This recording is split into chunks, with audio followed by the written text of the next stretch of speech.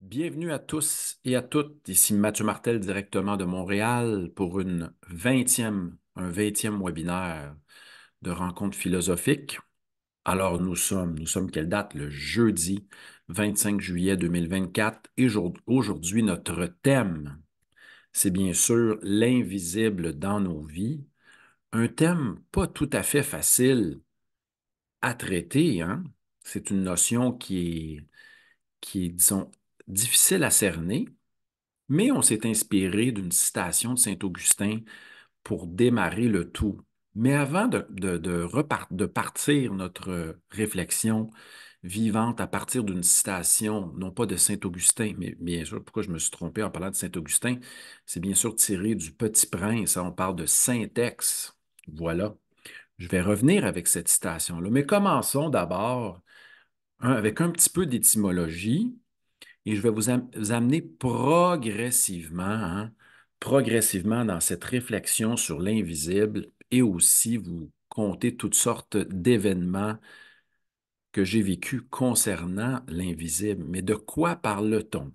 Hein? Bon, commençons. Premièrement, terme du 13e siècle, invisible, bien sûr, qui veut dire au sens strict, hein, qu'on ne peut voir. Et deuxièmement, qui échappe à la vue. Oh, qui échappe à la vue. Mais comment peut-on parler de quelque chose que nous n'avons pas vu, de quelque chose qui est difficile à voir, qui échappe à la vision? Hein? C'est une question première qui est posée. Lorsqu'on parle d'invisible, on a aussi des synonymes qu'on peut associer à ce terme. On parle de quelque chose d'insaisissable, d'imperceptible. Alors, c'est un sujet qui va peut-être nous échapper. Est-ce que ce sujet va nous échapper aujourd'hui? Allons-nous être capables de parler de l'invisible? À quoi réfère-t-on lorsque nous parlons d'invisible? Ce serait peut-être plus facile d'y aller avec cette phrase de Saint-Ex tirée du Petit Prince, hein? L'essentiel est invisible pour les yeux. L'essentiel est invisible pour les yeux.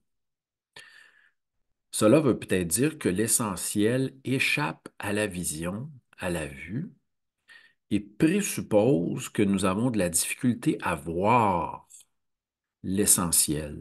L'essentiel nous échapperait donc. Et je rajouterais même que nous ne savons pas voir, nous ne savons pas entendre. Nous vivons peut-être avec, avec cette absence, cette difficulté à voir, cette difficulté à entendre. Ce qui va amener Héraclite d'Éphèse, jadis, à affirmer quelque chose comme suit dans ces fragments. Donc, on a à peu près une centaine, 160 fragments d'Héraclite qui dit, parlant des êtres humains, présents, ils sont absents. Présents, ils sont là, ils existent, les êtres humains que nous côtoyons, mais quelquefois, ils ne sont pas à l'écoute, ils ne sont pas attentifs à ce qui est. Voilà, je reviens à ma phrase non pas de Saint-Augustin, mais de Saint-Ex. Et sachez qu'on avait des doutes, j'ouvre une parenthèse, hein, concernant la mort de Saint-Ex. Est-ce que c'était un suicide? Est-ce qu'il avait annoncé cet épisode de sa disparition à travers ses œuvres? J'ai lu une biographie à ce sujet récemment et la thèse d'une dame, c'est que il avait annoncé à travers ses œuvres comment il allait terminer sa vie. Il y avait des passages qui disaient où Saint-Ex disait, je veux me rapprocher de la lumière, je veux me rapprocher, je vais être dans la totale transparence, je vais être nu et rencontrer la lumière. Récemment, au niveau des faits objectifs, nous avons retrouvé à la fois, je crois que c'est près de Marseille, si je ne m'abuse, nous avons retrouvé concernant Saint-Ex à la fois l'avion, et à la fois son petit médaillon hein, euh, son médaillon en tant que pilote d'avion, bien sûr, hein, il y avait comme un code. Donc, nous avons retrouvé ça au fond de la mer. Mais avons-nous retrouvé, et on a même fait on a fait témoigner celui qui avait abattu l'avion, un Allemand, de Saint-Ex, et il était extrêmement triste et déçu d'avoir abattu l'avion de ce grand écrivain, de ce grand aventurier hein, qui nous a quittés très jeune. Alors, les réels motifs de la disparition de Saint-Ex, nous ne le savons pas. Donc, c'est quelque chose qui nous est quand même inconnu. Nous ne sommes pas dans la conscience de Saint-Ex. Nous n'avons pas atteint les secrets de son âme. Hein. C'est très difficile de découvrir les réelles motivations, les réelles intentions d'un être. C'est peut-être cette partie-là auquel on réfère lorsqu'on dit l'essentiel est invisible pour les yeux, mais ça peut présupposer que l'essentiel se trouve ailleurs que dans la vie objective que nous pouvons décrire, analyser, mesurer. Peut-être que l'essentiel euh, n'est pas dans ce monde, n'est pas perceptible, n'est pas, comment dire, nous n'avons pas à nous accrocher à strictement au monde mesurable, objectif. Ce qu'il faudra dire plus tard à un monsieur dont je vais vous parler, hein, Michel Henry. Donc, quand j'ai fait un petit peu ma recherche concernant l'invisible, il y a un nom à retenir, mais c'est un philosophe quand même assez radical. Je vais vous en parler un peu. Et Michel Henry disait notamment ici que euh, la vie ne se voit pas dans l'extérieur, dans l'extériorité. L'accès à la vie profonde, n'est pas chose liée au monde objectif. Nous avons de la facilité à parler de ce que nous voyons, hein, de ce que nous entendons, de ce que nous lisons. Mais avons-nous accès à ce monde profond de l'être, hein, que les anciens appelleraient, pardon, la vie de l'âme, la vie profonde de l'âme, ou que d'autres, comme Michel Henry, appelleront la vie absolue et profonde de l'être. Je vais vous en parler dans quelques instants, un peu plus tard, mais je vais poursuivre mon exploration, qui est bien sûr faite de manière intuitive et inspirée. Pourquoi ne pas commencer avec, à parler, bien sûr, de Platon et de l'allégorie de la caverne, qui tout de suite nous dit que ce que nous percevons de ce que nous appelons le réel, n'est peut-être pas la réalité. Hein. Il se pourrait que les apparences ne soient que pour Platon des copies du monde des idées. Hein. Et lorsque Platon parle de l'allégorie de la caverne dans la République, il nous dit que les êtres humains, je ne vais pas rappeler ici l'allégorie, mais que les êtres humains sont attachés aux images, sont attachés à leurs impressions sensibles, aux oui-dire, aux rumeurs, etc., qu'ils prennent pour la réalité. Donc, nous vivons dans un monde, comme nous dit Platon, dans un monde d'apparence, de faux semblants, dans un monde qu'il qualifierait peut-être du monde illusoire. Nous n'avons pas accès à l'essence de la réalité. Et vous savez, dans l'allégorie de la caverne, c'est une allégorie qui traite de l'éducation. On a un prisonnier qui est enchaîné au fond d'une caverne. Il a accès seulement il entend des sons, il voit des images, hein, mais n'a pas accès à ce qui se passe vraiment. Et son corps est attaché, donc tant au niveau des poignets que des mollets, des chevilles. Le prisonnier est attaché et sur un écran qui est devant lui, il ne voit que des reflets de ce qui se passe derrière lui. Un jour, on le détache, et là, c'est sûr qu'il va souffrir, ce prisonnier-là, car il est habitué d'être seulement assis. Il va détourner le regard emprunter un escalier et se rendre compte que ce qui était projeté sur le mur, ce qu'il entendait, donc les sons qu'il entendait, des sons diffus, imprécis, etc., n'était qu'une projection de ce qui se passait derrière lui. Donc derrière lui, il y avait des gens qui se promenaient, qui déplaçaient des objets.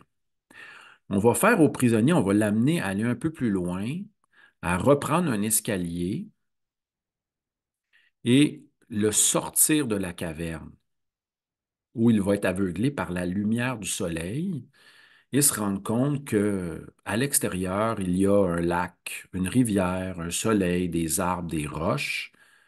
Et là, il va être en choc. Le premier choc va être vécu dans la caverne quand il va se rendre compte que c'est un feu qui projetait les objets devant lui sur l'écran. Il va avoir un deuxième aveuglement et une deuxième difficulté au niveau du marché quand il va prendre l'escalier un pas à la fois, une marche à la fois, pour sortir à l'extérieur et découvrir que, oh, il y a une autre réalité, une réalité naturelle. Donc, cette allégorie-là, ça parle d'une conversion du regard, un début d'éducation chez l'être humain. Donc, Platon place ça, je crois, dans La République, livre 5 ou 6, si je ne m'abuse. Et, et, la- et on peut faire un lien avec notre thème aujourd'hui, l'aspect invisible. Nous croyons que les images, les oui-dire, les impressions, c'est la réalité. Mais nous ne nous demandons pas qu'est-ce que la réalité, qu'est-ce qui est vrai. Et l'être humain est, comment dire, euh, par son désir de connaissance, qui a été nourri, nous dit Platon et Aristote, par l'étonnement, est poussé à rechercher la vérité. Et là, dans la citation qu'on vient d'énoncer tantôt, Saint-Ex affirme, croit que cette phrase-là est une vérité fondamentale. L'essentiel est invisible pour les yeux. Nous n'avons pas accès à l'essentiel par les yeux. Avons-nous accès à l'essentiel d'une autre manière? Il poursuit sa phrase en disant que nous ne voyons bien qu'avec le cœur. Mais qu'est-ce qu'il veut dire? Est-ce qu'il parle que nous avons accès à la vérité via un sentiment? Est-ce qu'il veut dire que nous avons accès à la vérité par le biais de l'âme, qui est un principe chez les Grecs, un principe à la fois de vie et de raison, via un sentiment conscient intérieur? Est-ce que c'est cela que ça veut dire? Pardon, avoir accès à l'essentiel. Je vais vous conter trois, quatre anecdotes, parce que mon but, c'est de nous faire réfléchir. Donc, des anecdotes qui font référence aux montagnes. J'avais un collègue qui a pris sa retraite, qui aimait aller grimper au mont Washington. Et lui, son objectif, c'était bien sûr de se mettre en forme, mais aussi il était attiré par le fait de cumuler les sommets grimpés. Donc, à chaque fois qu'il avait grimpé plusieurs sommets d'une chaîne de montagnes, il s'ouvrait une bouteille de champagne au sommet. Et je crois qu'il avait fait ces sommets-là, donc les sommets du mont Washington, à trois reprises. Ce qu'il aimait, c'était cumuler les sommets et fêter au bout d'un certain nombre de sommets atteints. Alors, on pourrait se demander quel était son objectif, quelle était sa quête. Est-ce que c'était de faire le plus grand nombre de sommets possible? Est-ce que c'était de se montrer qu'il était capable, par défi, d'être résistant, fort et d'aller au niveau des sommets? Mais si on revient avec la phrase de Saint-Ex, l'essentiel est invisible pour les yeux. Était-il capable de voir la montagne, contempler la montagne en elle-même, Peut-être que c'est à ça que ça nous ramène notre phrase, savoir apprécier ce qui est, avoir de la gratitude face à ce qui est, face à ce que nous vivons. Et dans cette portion, donc je peux faire des liens ici avec l'invisible. Certes, ce qui est visible dans ce que faisait mon collègue, c'est qu'il était capable de nommer les sommets qu'il avait grimpés, de parler du nombre, de la hauteur des sommets, de mesurer le temps que cela lui avait pris, l'altitude des sommets. On pouvait même dire qu'il avait grimpé ces sommets 3 fois, cette chaîne de sommets, et qu'il s'offrait un présent à la fin, une médaille ou de quoi fêter à chaque fois qu'il atteignait les sommets. Mais son expérience de grimper des montagnes, hein, comme nous dit Cynthia, on la remercie, c'est plutôt basé sur la recherche de performance. Mais lorsqu'on est dans le domaine de l'invisible, donc le domaine peut-être du qualitatif, du ressenti profond, on grimperait peut-être la montagne d'une autre manière pour apprécier ce qui se produit, ce qui se passe, à travers ce que Emerson disait, The Journey. Donc, l'important n'est pas d'atteindre le sommet, l'important est d'apprécier la pérégrination ou le pèlerinage de cette quête, être capable d'être plein de gratitude, d'apprécier ce qui est, de ce que nous voyons au moment présent. C'est peut-être ça l'aspect qualitatif, apprécier le chemin. Et si on fait un lien entre le terme invisible et l'aspect qualitatif qui n'est pas quantifiable, mesurable, etc., là, on tombe peut-être dans un aspect, l'appréciation qualitative de la réalité. Là, on tombe dans un aspect qu'on pourrait qualifier de il est difficile de parler de cela à quelqu'un. Donc, c'est de l'ordre de l'indicible, c'est de l'ordre de l'incommensurable. Il est difficile de communiquer à quelqu'un, peut-être plus facile de communier avec quelqu'un à ce niveau-là, lorsqu'on vit une expérience qualitative. Allons-y avec des exemples. Donc, ici, la complicité amicale et amoureuse, peut-on en parler? Peut-on, nous aurions beau vouloir tenter de la décrire, de l'analyser, de la justifier, c'est peut-être quelque chose qui se vit au niveau d'un aspect profond et intime. La complicité amicale ou amoureuse, c'est de l'ordre de l'invisible, de l'indicible même. Ça nous échappe. Deuxièmement, le sentiment de liberté. Hein? Lorsque nous nous sentons libres ici maintenant, quelquefois nous pouvons même sourire, nous nous sentons hyper légers, nous sentons que un poids se déleste de nos épaules. Nous pouvons sentir que nous avons une respiration ample. Et encore là, lorsque vous croisez quelqu'un dans la rue, êtes-vous capable de dire que cet individu-là est libre? Comment allez-vous être capable de voir et de déclarer, comment vous allez être capable de voir et de ressentir que cet individu-là est un être libre?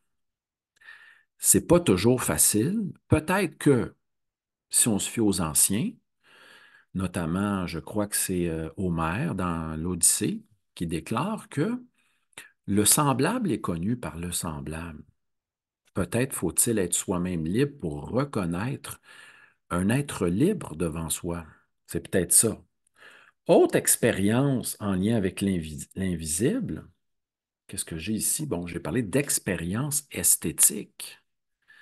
Vous écoutez, moi j'aime bien le jazz notamment, vous écoutez Kind of Blue de Miles Davis ou Ascenseur pour l'échafaud de Miles Davis et vous vous sentez être rejoint profondément par cet album-là, ça peut être aussi du classique, etc.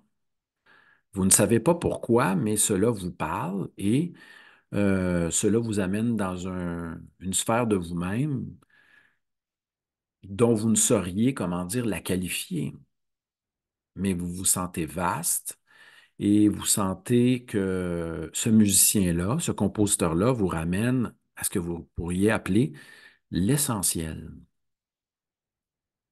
Donc, on a ça à travers l'expérience esthétique, que ce soit la peinture, la musique ou quelquefois la littérature. Je suis allé voir quelques citations de Christian Bobin ce matin. Ce n'est pas un auteur que j'ai lu vraiment, beaucoup. On a un auditeur qu'on salue, Richard, qui a lu son œuvre au complet, et même ses derniers titres. Et Bobin déclare dans une citation que c'est l'invisible qui guide nos vies, que c'est peut-être même l'invisible qui permet le visible. Ici, on est vraiment dans une perspective quasi platonicienne, mais qu'est-ce qu'on entend par c'est l'invisible qui se trame à l'intérieur de nos expériences visibles? Qu'est-ce que cela veut dire? Est-ce que cela veut dire que nous sommes tributaires d'un certain destin qu'il faut décoder à travers les expériences? Hein? Euh, Est-ce que être en contact avec l'invisible, c'est être capable de voir l'essence, par exemple, d'être capable de capter l'essence à la fois d'une idée, à la fois d'une relation, de trouver ses fondements. Est-ce que nous sommes capables de ça? Pour Michel Henry, l'aspect intellectuel sera toujours deuxième face à la vie. Donc, j'ai parlé de Michel Henry tantôt, ça me fait penser à cela. Qu'est-ce qu'il nous dit? La pensée n'est qu'un mode de la vie pour Michel Henry. Elle nous aide à comprendre. Elle nous pousse à faire de la lumière sur certaines situations, sur certains phénomènes. Certes, nous voulons expliquer les choses, les comprendre, les approfondir, aller à l'essence des choses. Et d'un point de vue phénoménologique, c'est une belle mission que de faire la lumière et de tenter d'extirper l'essence d'un phénomène, quel que soit-il. Mais Henri poursuit en disant, faites attention, c'est la vie qui permet à la pensée d'accéder à soi. Et peut-être que nous avons oublié ça. C'est la vie qui permet à la pensée d'accéder à soi. Et là, je n'ai pas le choix de poursuivre avec Michel Henry. Écoutez bien ça, c'est tellement beau. Il nous dit, Michel Henry, 1922-2002, qui écrit, écoutez, son œuvre principale, c'est 900 pages, je ne l'ai pas lu. Je suis quand même inspiré d'aller lire les entretiens, une présentation de Michel Henry. Je vais peut-être approfondir cette œuvre où il critique Heidegger, critique Sartre, critique Husserl, et il nous amène avec une nouvelle approche de la phénoménologie.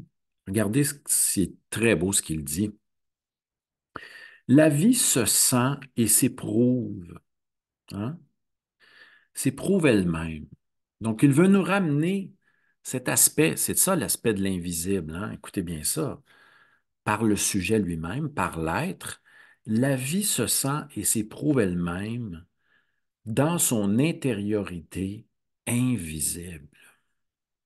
C'est ce que nous vivons tous et toutes si nous sommes à l'écoute, si nous sommes ouverts, hein? Si nous ressentons, si nous percevons, mais d'un point de vue plus intimiste, plus interne, plus qualitatif. Je répète, et c'est tellement beau, la vie se sent et s'éprouve elle-même dans son intériorité invisible et dans son immanence radicale. Dans son immanence radicale, nous sommes vie. C'est difficile d'avoir accès à la vie strictement par la pensée, mais nous pouvons l'éprouver, la vie, la sentir de manière immédiate, immanente, sans passer par de la médiation, par la pensée, sans postuler une vie transcendante. Nous pouvons la sentir ici et maintenant. Euh, Il poursuit en disant qu'il est plus facile lorsqu'on rencontre des gens de parler du monde objectif, de l'extériorité, des événements de la vie, hein. Et ça se traduit par le fait que nous parlons de la température, surtout au Québec, hein, de la température. C'est comme ça que nous abordons quelqu'un, ou nous abordons quelqu'un en lui demandant comment ça va et non pas comment tu vas, en lui disant la journée est belle. Donc, et là, on tombe dans des discussions peu profondes. Et souvent, les gens vont nous demander comment vas-tu? Et là, certes, si nous disons que ça va mal, bon, on peut faire fuir des gens, euh, et où les gens vont s'étonner devant nous, vont peut-être vouloir approfondir, mais souvent, la plupart des gens ne veulent pas savoir comment nous nous sentons profondément. Et c'est peut-être, et quelquefois, nous avons accès à cet état-là. Il y a la vie qui nous sommes infusés de cette vie qui nous trouble, comment dire, dans lequel nous baignons. Et c'est peut-être cet accès-là, à cette intériorité-là, qui nous dépasse, hein. Donc, la vie qui nous submerge, qui nous dépasse, c'est peut-être ça à quoi, lorsque Michel-Henri fait référence à cet invisible. Écoutez, je poursuis ici. Je vais revenir à mon point. Je n'oublie pas, je vais donner un autre exemple, hein. J'ai parlé de mon ami qui grimpait des montagnes. Je vais parler du guerrier pacifique dans quelques instants. L'expérience de Dan Millman avec Socrate.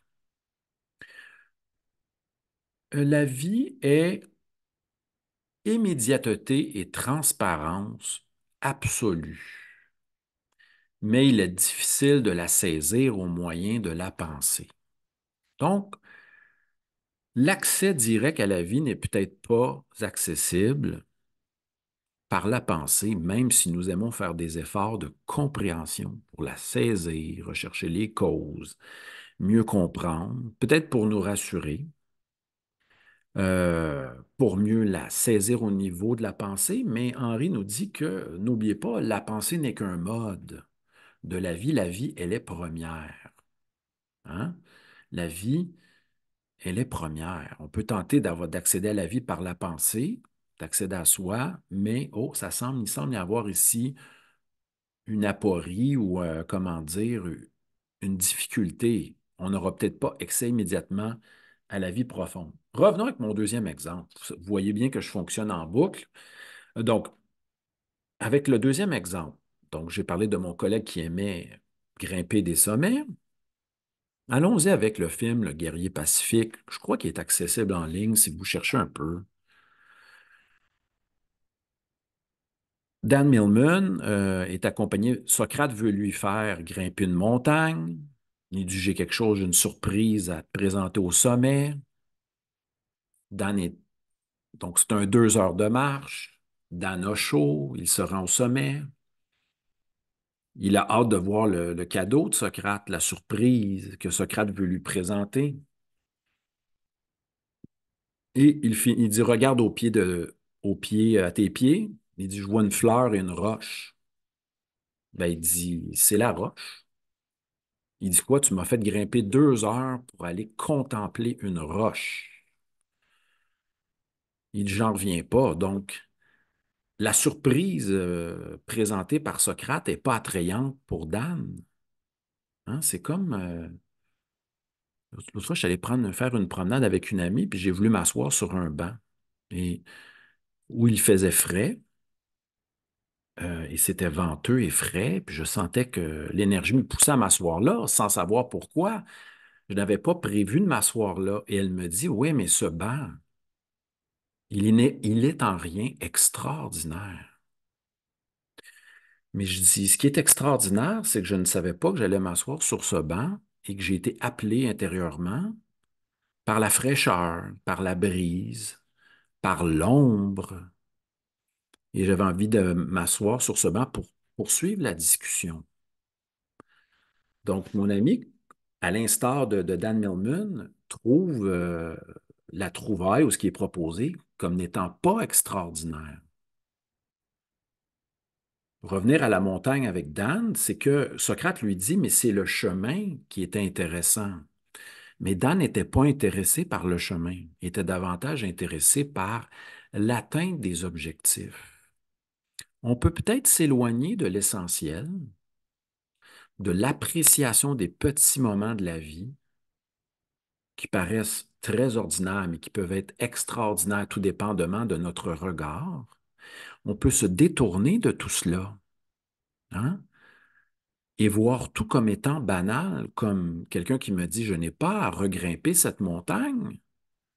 Je l'ai déjà fait. J'en veux une nouvelle montagne. Nietzsche dira que l'amour, il dira de l'amour, il faut apprendre à aimer. Il fait un lien avec la musique. Donc, vous écoutez un premier album, Kind of Blue de Miles Davis. Au début, vous êtes, oh, étonné, transi, perturbé. Vous allez faire une deuxième écoute, une troisième, et là, vous allez apprendre progressivement à mieux saisir ou à mieux naviguer, être en contact avec l'œuvre. Et cela peut prendre plusieurs écoutes avant de ne plus pouvoir s'en passer, parce que vous allez avoir accès à quelque chose qui vous ramène à l'essentiel. Mais qu'est-ce que l'essentiel dans la vie? Donc, vous avez peut-être plusieurs réponses à ce sujet. Est-ce que c'est savoir apprécier ce qui est, même si cela peut être troublant, déstabilisant? Est-ce que c'est être capable de voir quand même du lumineux dans des événements tristes, des événements perturbants, ou de voir de l'extraordinaire à travers de l'ordinaire? C'est peut-être ça. Et si certains nous déclarent que nous ne savons pas voir, nous ne savons pas entendre, c'est peut-être que nous n'avons pas appris à revenir, à aller à l'essentiel. Et l'essentiel est peut-être au-delà du monde objectif, du visible. Hein? Vous avez peut-être des fois des connexions avec votre animal de compagnie, avec un lieu naturel où vous aimez observer le coucher de soleil, avec votre instrument de musique. Donc, vous avez peut-être des connexions qui sont de l'ordre de l'inexplicable. Et cela se vit dans la pratique, hein? Cela se vit dans l'écoute d'une œuvre, dans la pratique d'un instrument, etc.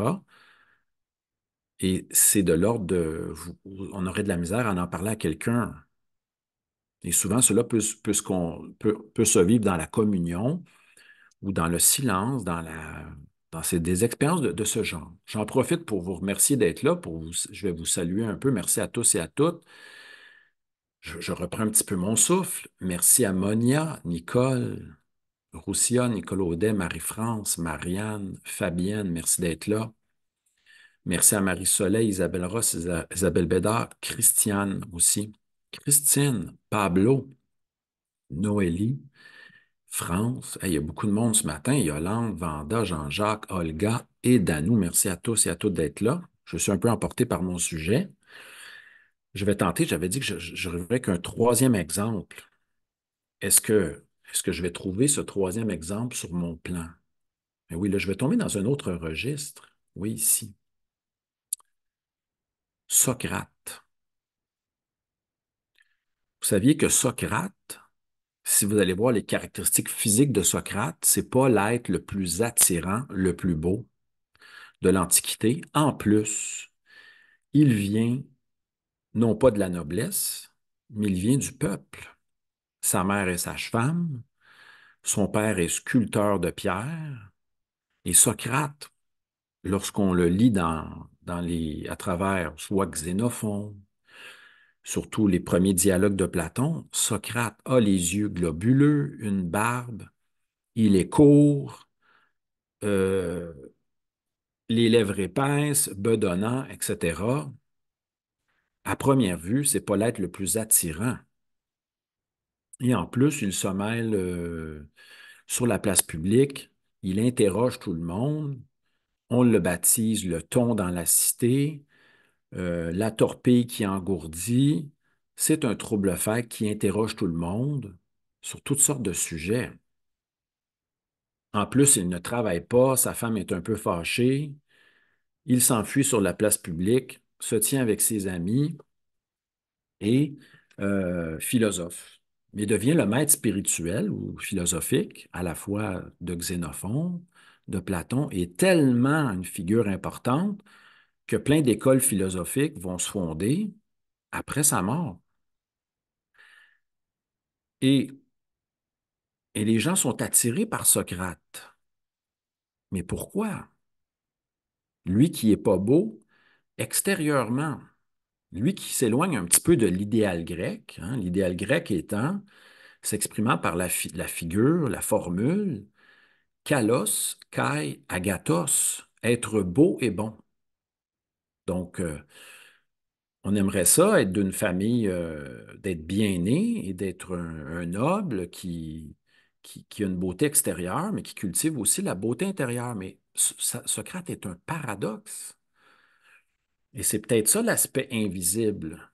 Les gens ont de la misère au premier niveau de voir la beauté intérieure de Socrate, qui cultive des vertus comme la maîtrise de soi, la sagesse, la cohérence éthique, pratiquant la justice, étant prêt à mourir pour ses idées, ayant été très courageux en se battant à travers des campagnes militaires.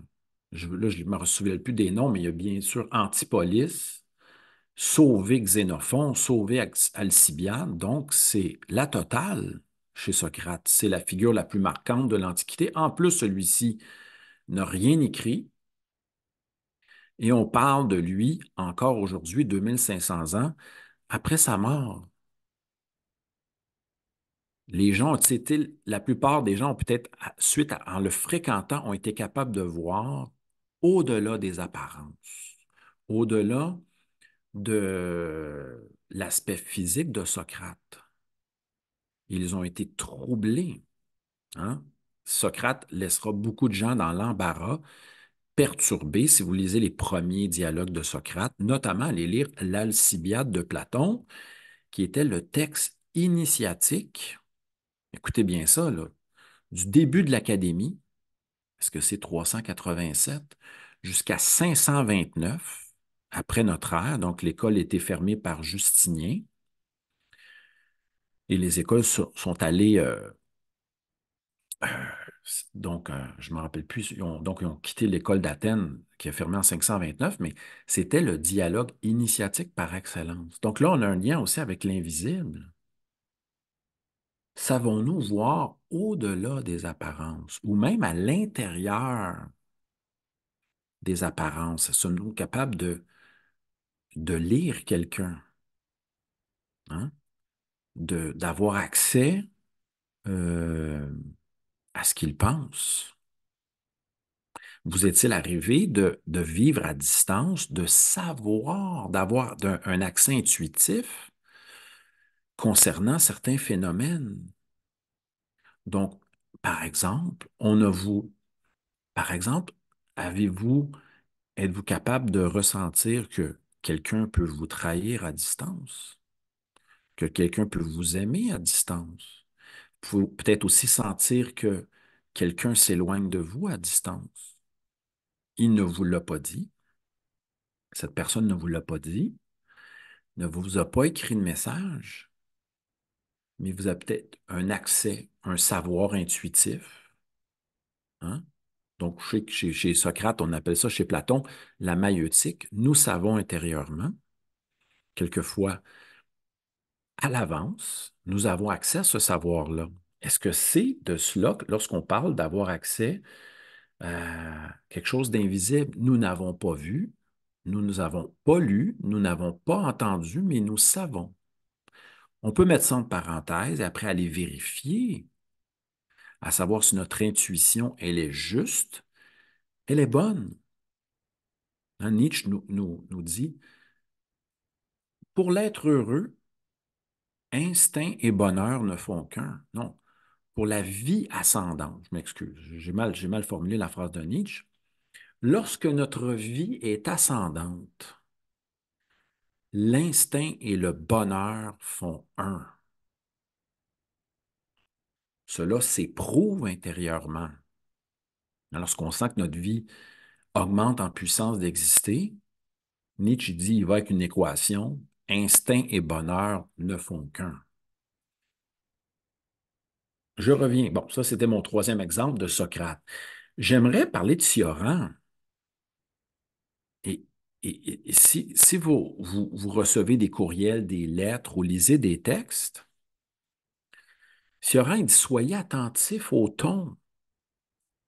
Le ton est tout, est tout. Le ton. On a même ça à travers la musique, hein, la tonalité. Et le mot ton en musique a trois significations, mais notamment la tonalité, la profondeur du son. Cioran nous dit, et cela, est-ce qu'un ordinateur peut analyser votre ton, ce qui est l'aspect le plus singulier de votre être, votre ton? On peut déceler à travers le ton toutes sortes d'émotions qui vont fleurir, qui vont émerger.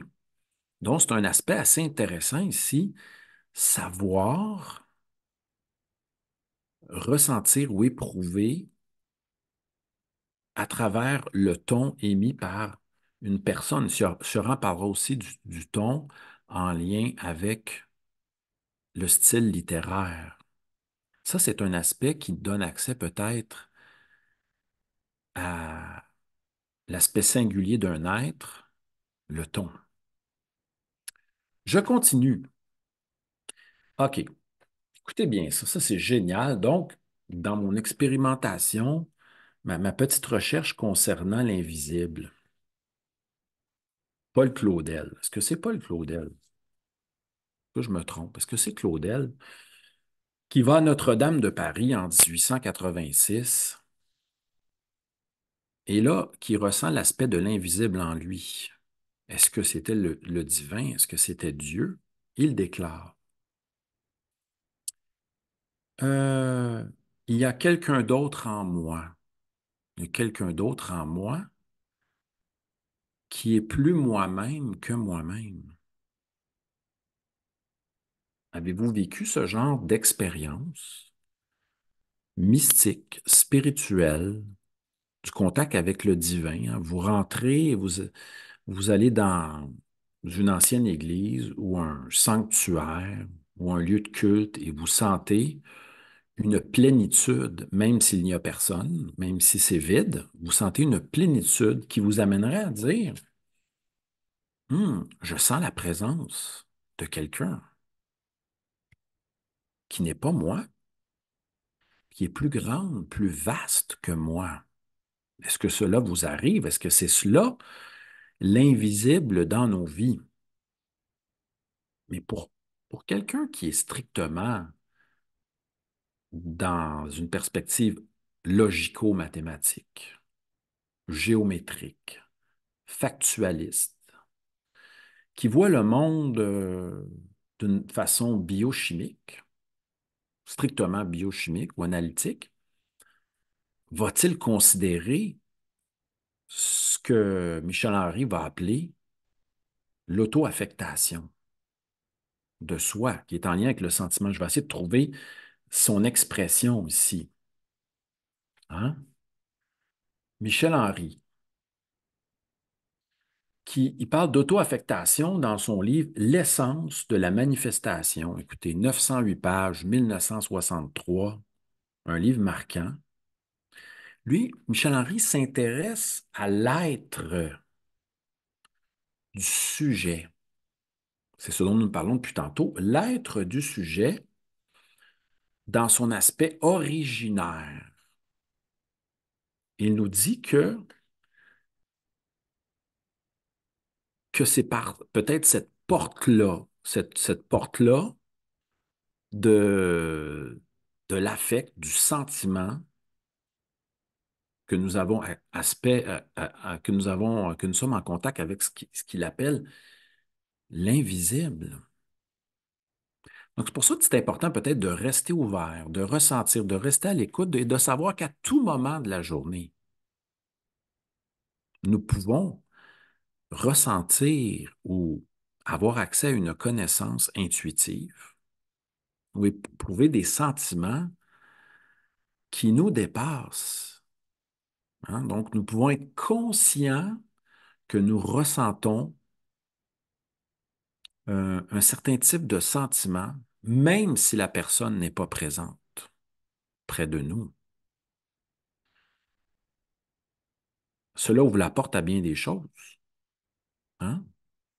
Certains vont parler, vont discourir avec les ancêtres. Hein, pourquoi on s'empêcherait de parler à des êtres qui ne sont pas auprès de nous en ce moment? Hein, nous pouvons peut-être communiquer avec eux, leur parler, et peut-être quelquefois nous avons accès à des informations ou à des prises de conscience, et la personne avec qui nous communiquons n'est pas nécessairement là auprès de nous. Mais nous pouvons être informés de toutes sortes de choses. Ça peut nous dire intérieurement, il est temps que tu prennes un billet d'avion et que tu ailles dans ce pays-là. Mais là, vous prenez conscience, ça me dit ça intérieurement. Suis-je fou?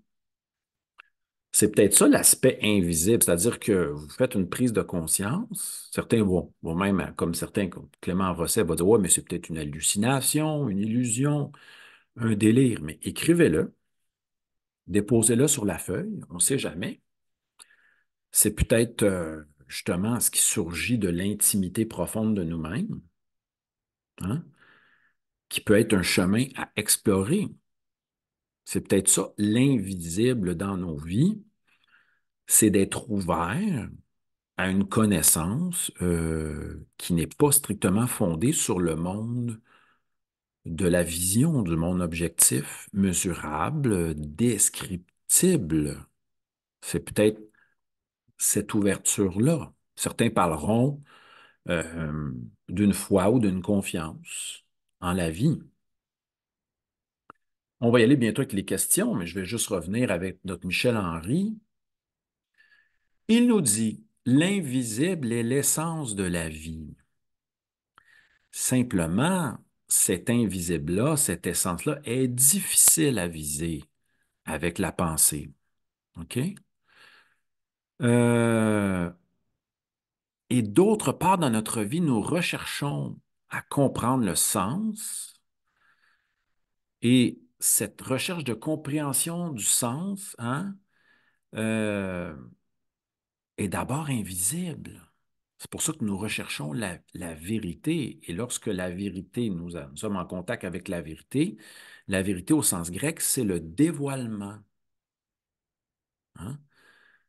La vérité aime à se cacher, et lorsque nous avons accès, elle se dévoile, mais peut-être pour un instant. Le sens est invisible quelquefois pour nous. Nous sommes aveuglés, nous ne comprenons pas une situation qui nous arrive. Nous voulons la chercher, nous faisons un effort de compréhension pour justement rendre l'invisible plus visible. Donc, plus nous comprenons, plus nous faisons la lumière sur une situation, plus nous disons que, comment dire, nous rendons visible l'aspect qui nous était invisible aussi. Donc, vous voyez que le sens invisible peut être compris dans plusieurs sens. Michel Henry termine en disant ceci: je ne peux douter que de ce que je sens. Hein? Je ne peux douter de ce que je sens. C'est une expérience phénoménologique. Il parle de... C'est drôle, ça rejoint vraiment ma philosophie. C'est ça qui est assez perturbant de lire Michel Henry. Je me sens très près de lui. Nous sentons le sentiment. Hein? Donc, il parle de sentir, ce qui est un de mes termes que j'emploie souvent. Le sentir intimiste. Voilà ce dont parle Michel Henry. Je vais juste faire un tour pour vous remercier, pour vous saluer. C'était mon exploration de façon, comment dire, inspirée, intuitive de la notion d'invisible, faite dans une certaine perspective. Puis on va y aller avec les questions, les commentaires, mais j'en profite d'ici là pour vous saluer. Mais n'oubliez pas, celles qui viennent de se joindre à nous, mettez tout de suite à votre calendrier la date du 8 août 2024, jeudi matin, 10 heures heure de Montréal, 16 heures heure de France. Ça sera notre prochaine rencontre avant mon début de l'enseignement, bien sûr. J'en profite pour vous saluer, mais je crois que je vais vous donner une autre anecdote avant de quitter, puis répondre à vos questions.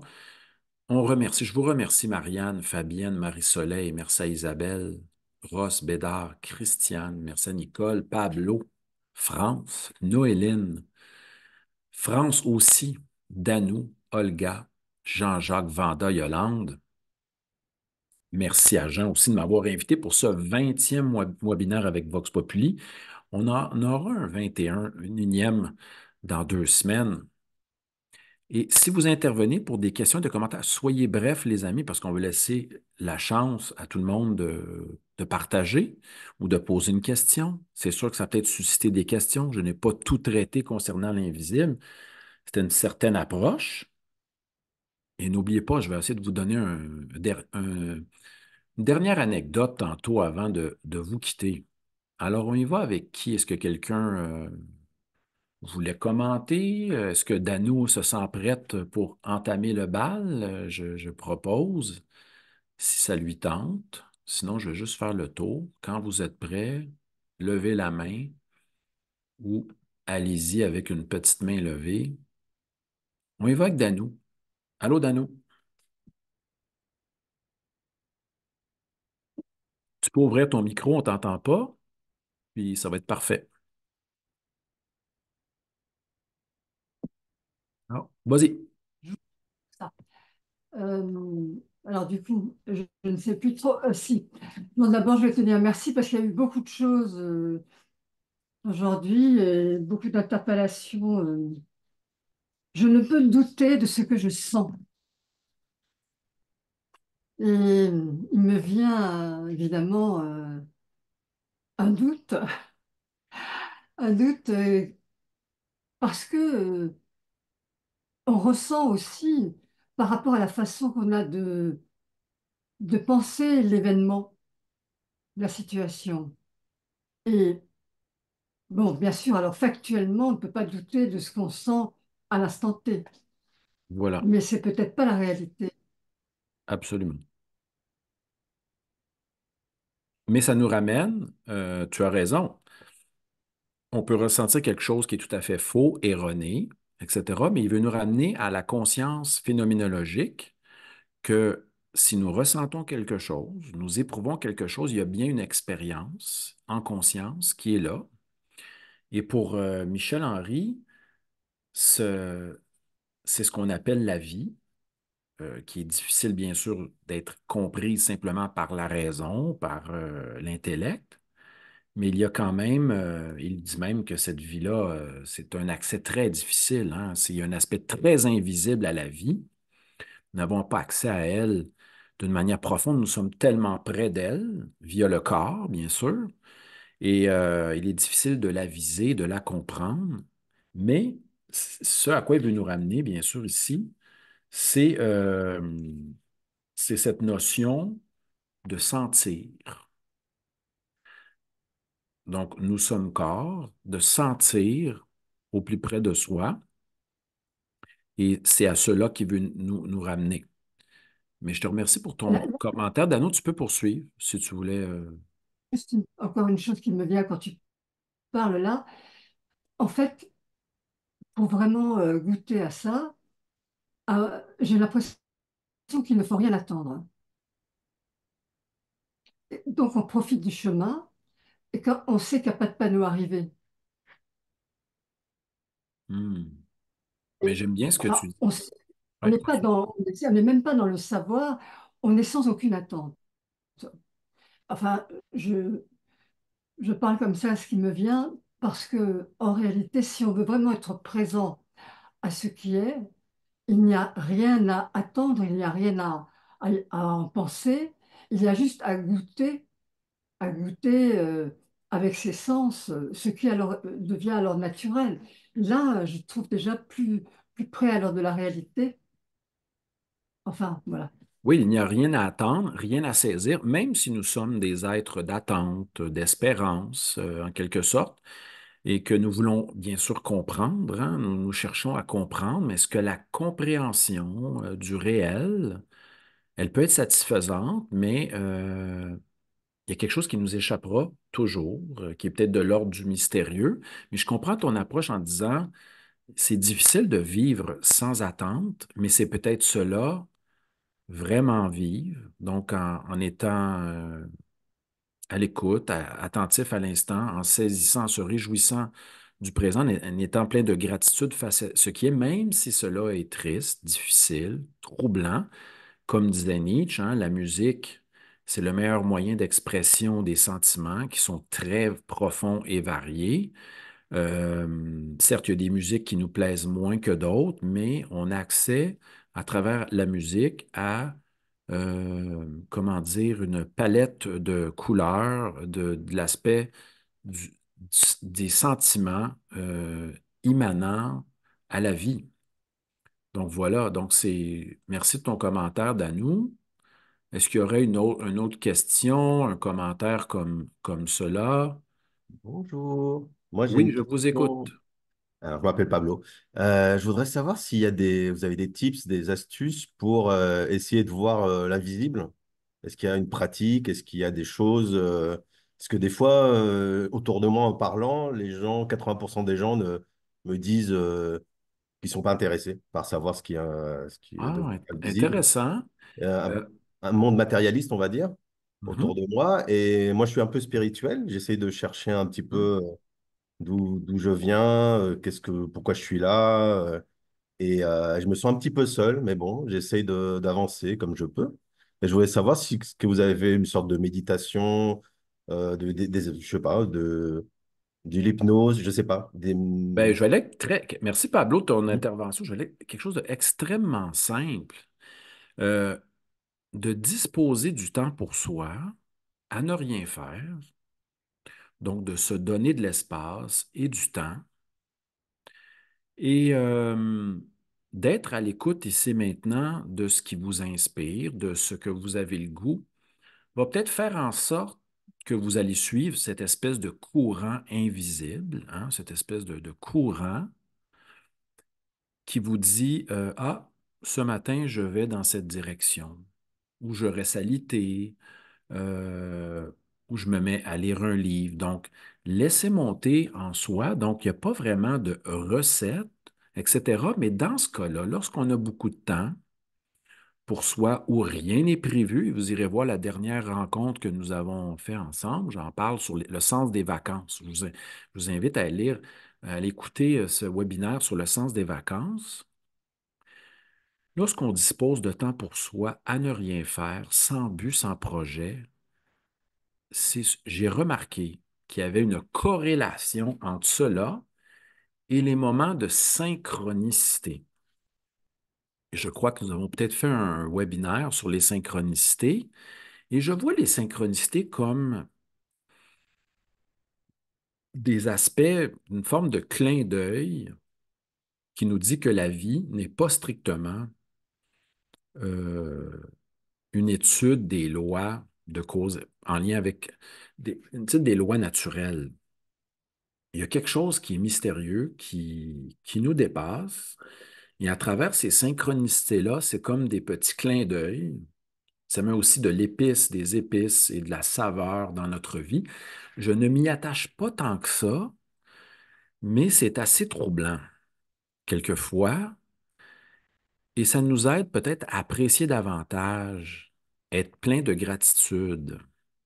Et souvent, quelquefois, nous faisons des rencontres dans notre quotidien, et même si quelqu'un nous dit quelque chose qui nous déplaît, nous brusque, etc., à travers l'épreuve du négatif, il y a quelque chose à conscientiser. Et c'est ça qui... Et il y a le fait aussi de faire confiance à ce que nous ressentons profondément, mais on peut le mettre en parenthèse pour un instant et d'aller vérifier si ce que nous ressentons est juste à propos, hein, qu'on pense à un rêve, qui nous parle de quelqu'un. Je me rappelle avoir fait un rêve d'un collègue. Des fois, c'est pas toujours agréable de partager les rêves. Donc, j'avais dit à mon collègue, je sens que dans ta relation, ça brasse beaucoup. Je suis désolé de te dire ça, j'ai rêvé ça la nuit dernière. Et mon collègue de se braquer, non, tout va bien, tout est harmonieux, etc. Et 2 mois après, c'était fini. Donc, quelquefois, nous avons accès, mais on ne peut pas se prétendre, hein, nous ne sommes pas ici dans des attitudes de prétention de savoir, ni nous n'émettons pas de conclusions non plus conspirationnistes, trop poussées. Nous pouvons aller vérifier. Est-ce que nous avons eu accès à un savoir qui est vrai? Donc, et sachez que sur la vie est riche, la vie est riche, et sur notre chemin, peu importe qui nous rencontrons, si nous savons être à l'écoute, ouverts, il y a de la richesse qui va émaner de cela. Et voilà. Donc, puis là, je soutiens pas des thèses, je ne parle pas des anges, je ne parle pas de mes alliés énergétiques. Je n'utilise pas vraiment ces termes-là, vu que je suis dans une perspective plus immanentiste. Mais c'est assez bizarre. Lorsque je vais compter deux autres anecdotes. Hein, je vous ai conté cette histoire-là où ça fait 4 ans que je pratique la basse électrique et je me cherchais avidement un professeur. Parce que semble-t-il, il faut un professeur. Il faut pour progresser.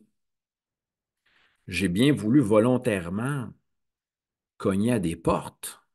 Je suis rencontré 3 professeurs. Il n'y avait pas de connexion. Et après, je me suis posé la question, ai-je vraiment besoin ou le goût d'avoir un professeur? Si je suis profondément honnête avec moi-même, qui me dit que j'ai besoin d'un professeur? Suis-je rendu là? Et comme le veut l'adage, hein, le maître apparaît lorsque le disciple est prêt. Donc, ou celle qui a formulé ça, c'est assez intéressant comme proposition, mais ça m'est arrivé. Et là, j'ai rencontré, écoutez, j'ai identifié quelqu'un dans une salle en me disant, j'aime sa présence et sa vibration. Je ne savais pas c'était qui, c'est un monsieur qui prenait une bière dans un 5 à 7. Plus tard, je m'aperçois que ce monsieur dont j'aimais la vibration et la présence était professeur de basse. Je l'ai croisé 3 fois en une semaine dans les corridors. À la troisième fois, je lui ai dit quand est-ce qu'on commence les cours. Il m'a dit jeudi prochain. Et son approche, en le quittant, je lui demande, as-tu des exercices à me donner? Certains ont déjà entendu l'anecdote. Il me répond, je ne te donnerai pas d'exercice parce que je ne veux pas tuer ton instinct et ton amour de la musique. Et là, sa parole m'a profondément parlé. Cela a pris 4 ans. Cela est de l'ordre de... C'est très étonnant, c'est très troublant. Je ne voulais plus de professeur. Je ne cherchais plus rien. Et comme dit Bachelard, et ça peut faire partie aussi de la réponse à votre question, Pablo. J'ai longtemps cherché sans trouver, hein? Maintenant, je trouve sans chercher. Ça rejoint l'aspect d'Anou. Cessons de chercher. Soyons attentifs, soyons à l'écoute.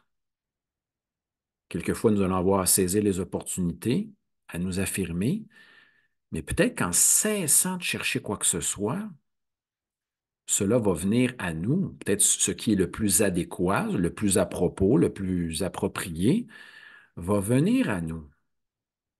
Nous n'avons peut-être rien à forcer et apprécier ce qui est. Bon, je n'irai pas qu'une troisième anecdote.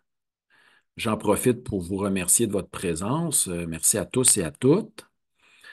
Et sachez qu'on aura, vous pouvez mettre à l'agenda tout de suite, qu'on va se revoir pour notre 21e webinaire avec Événement Vox Populi depuis 2 ans, bientôt 2 ans et demi, le 8 août 2024 à 10 heures, heure de Montréal, 16 heures, heure de la France. Merci à tous et à toutes et sachez que vous allez recevoir par vidéo cette conférence durant la journée probablement. Si vous l'avez aimé, partagez cette vidéo et je vous laisse sur les mots de Socrate. Hein. Donc, à la fois dans l'Alcibiade de Platon et à la fois dans l'Apologie de Platon, Platon fait dire à Socrate qu'il est important de prendre soin de nous-mêmes, et cela veut dire, pour Socrate, d'écouter, et là j'emprunte un mot de Saint-Augustin, d'écouter le maître intérieur. Hein, le maître intérieur qui est à l'écoute, qui observe et qui ressent. Merci à toutes et à tous. Passez une super belle journée. Mathieu Martel de Montréal. On se revoit très bientôt. Merci à Jean Rivet pour cette belle invitation et ce défi sur l'invisible. Nous allons nous revoir dans 2 semaines. Prenez soin de vous. À bientôt et merci à Jean.